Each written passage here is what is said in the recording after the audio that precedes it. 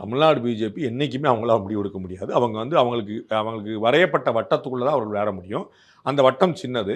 அதுக்குள்ள திரு அண்ணாமலை அவர்கள் பயங்கரமா விளையாண்டாரு. அந்த போடப்பட்ட சின்ன வட்டத்துல நல்லா விளையாண்டாரு.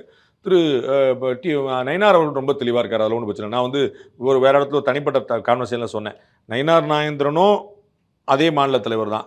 அண்ணாமலையும் அதே மாநில தலைவர் தான். 2 பேருக்குமே லிமிட்டேஷன்ஸ் ஒண்ணு. அதிகாரங்கள் யாருக்கும் கூட கிடையாது. ஒரு அண்ணாமலை தலைவரா இருக்கும்போது அதிகாரங்கள் கூட கொடுக்கப்படல. நயினார் நாகேந்திரன் தலைவரான அதிகாரங்கள் பறிக்கப்படலை.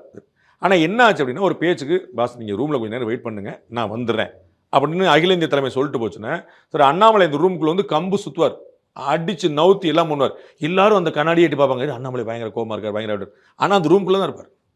நயினார் நாகேந்திரன் சார் வரேன்னு சொல்லியிருக்காரு நான் வெயிட் பண்ணி உட்கார்ந்துருக்காரு. அவ்வளோதான். அவர் வந்து அங்கே நம்ம அமித்ஷா வரேன்னு இருக்காரு நீ வெயிட் பண்ண சொல்லியிருக்காரு. அவர் அமித்ஷா வரும்போது வரட்டும் நாளுக்குள்ளே இங்கே கம்பு சுற்றுறேன்.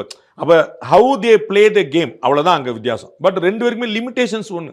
அதனால தமிழ்நாடு பாஜக வந்து பால் கையை விட்டு போயிடுச்சு. அவங்க வந்து ஏடிஎம்கே ஒன்றிணைக்கிறதுல அவர்களுக்கு ஒரு ரோல் இருக்கிறதா நான் அறியல ஆஸ் ஆஃப் நவ். அது வந்து டெல்லிட்ட தான் அது இருக்கணும். அது ஏதாவது நடக்குதாங்கிறப்ப